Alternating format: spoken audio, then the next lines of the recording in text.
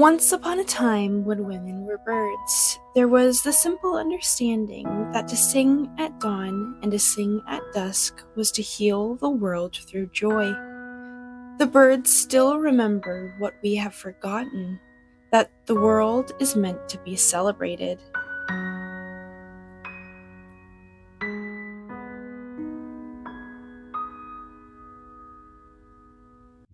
Welcome to Manifesting with Melly And Sola. Michelle, one of the best ways to start the spring equinox is by waking up nice and early to catch the sunrise.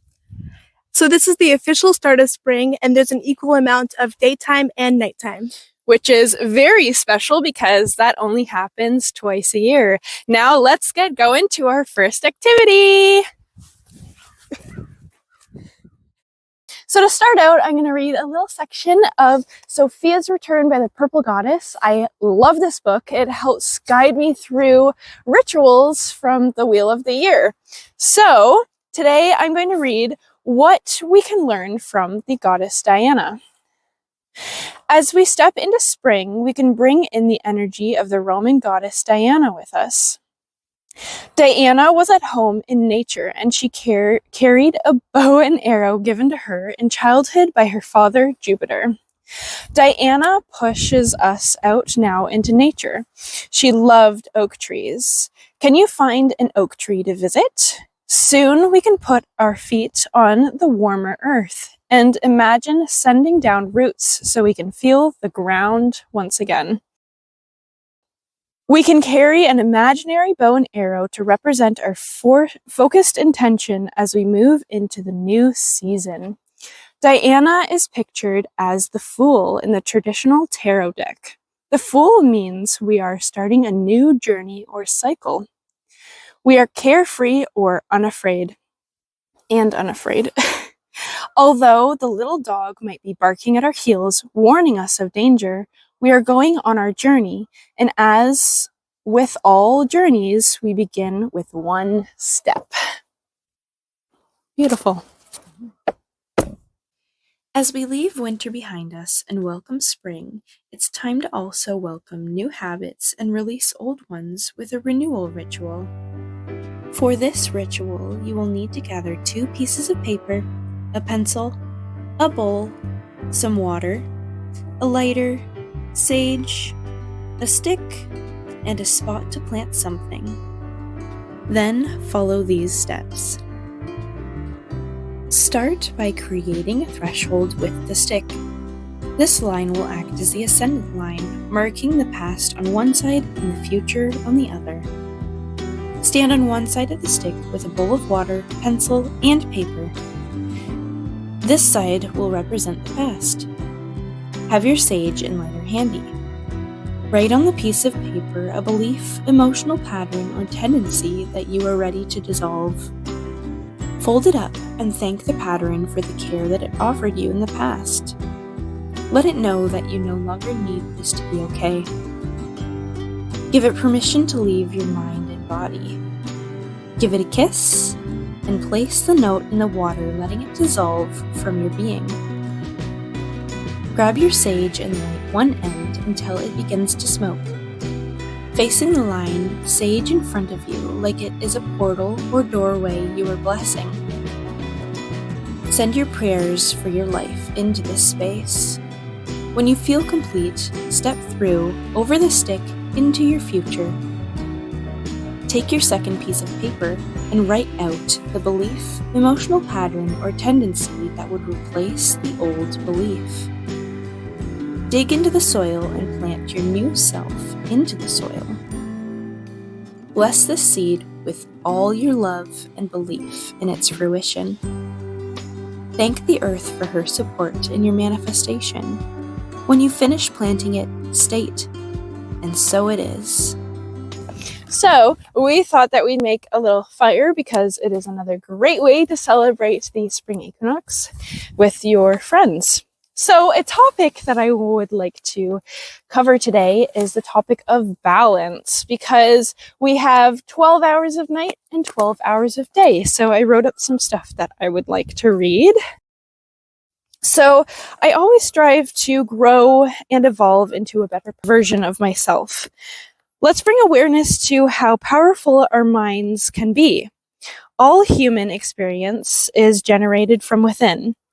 How we individually view the world is a personal projection of our past experiences. This is the cause for how we react to situations. I'm crying from the fire, oh my god. Before I react negatively, I always try to ask myself, what can I learn from this situation? There is always a lesson in anything emotionally intense we encounter. You just have to look for it. It might be hard to find at first, but with practice, you will start to pick up the messages from your guides. This is when we look into the balance of all things. Now, I have 2 verses that I want to read from the Tao Te Ching. This is verse 29. I don't know who translated it, but here it is. So sometimes things are ahead and sometimes things are behind. Sometimes breathing is hard. Sometimes it comes easy. Sometimes there is strength and sometimes weakness. Sometimes one is up and sometimes down. Therefore, the wise avoid extremes, excesses, and complacency. Now, I heard on a podcast the other day with Dan Cassis Murray, and he said something that I really liked, which was, opposites are 2 aspects of one thing. So there is oneness in balance. And then also something else that I always think about in my perspective, there will always be a positive in a negative situation and a negative in a positive situation. But good and bad are also subjective. So, yeah, I thought that was all interesting. And then I guess I'll also say the second verse from the Tao Te Ching. This one is translated by Wingsi Chan, verse 22. To yield is to be preserved whole. To be bent is to become straight. To be empty is to be full. To be worn out is to be renewed. To have little is to possess. To have plenty is to be perplexed.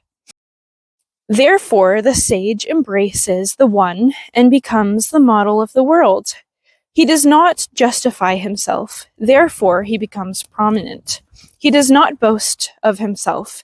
Therefore, he is given credit. He does not brag. Therefore, he can endure for long.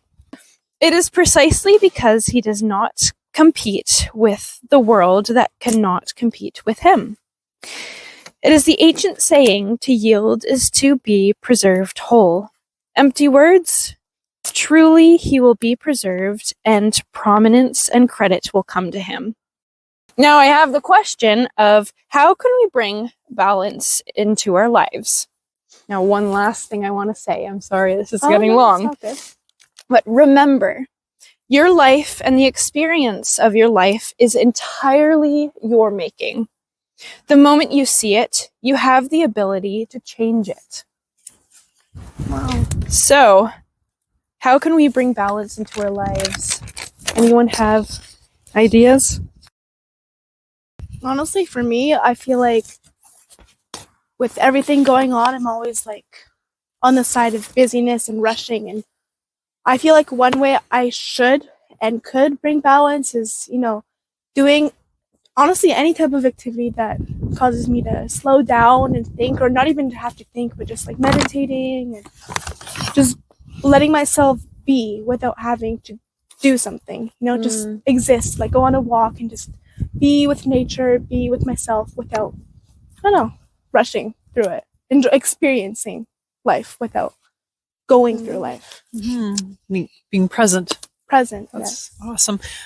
For me, what I'm learning lately is the value of having a morning routine and an evening routine. So bookending my day with meditative practices, some Qigong, which is very balancing the masculine and the feminine energies, thinking through my day and making an intention about how I would like it to unfold.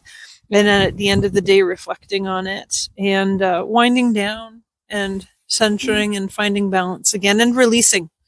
because we will tend to hold on to things whether we realize it or not that have happened throughout our day. Good things and bad things. Holding on just in general is not good for our mental states, and it's not good for our physical bodies either. Yeah. I like that. I think that's something I could put into my life. Definitely.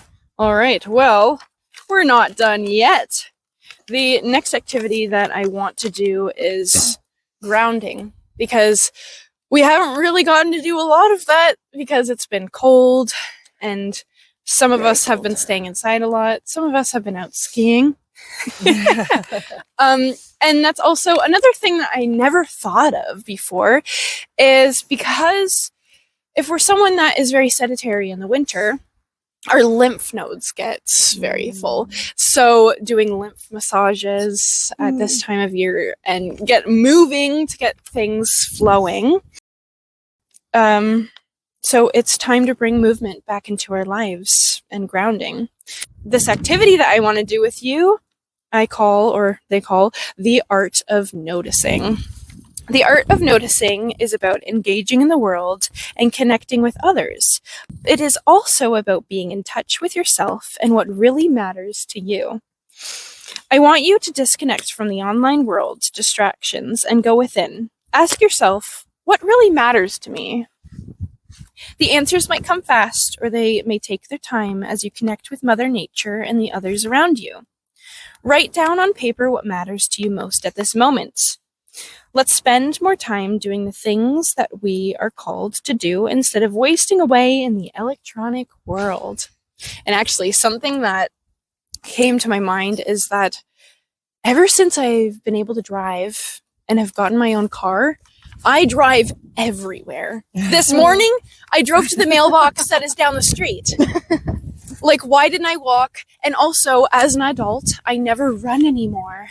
So I'm like, maybe when I start getting mail delivered, I'm going to run down to the mailbox. And I've totally stopped running. I've started driving everywhere too. Yeah, get that movement into my life. Sometimes when I'm walking the dog in the old growth forest, I get the compulsion to run, and usually it's a sign that Spirit is telling me I need to realign my body physically. And I find that when I am obedient to that prompt, I often feel better. And I think it shakes up your lymph system as well. So there's lots of benefit. Yeah.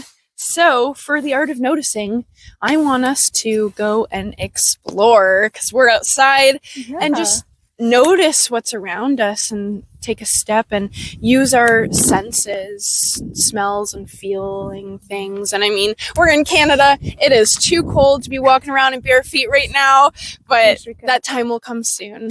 Let's go.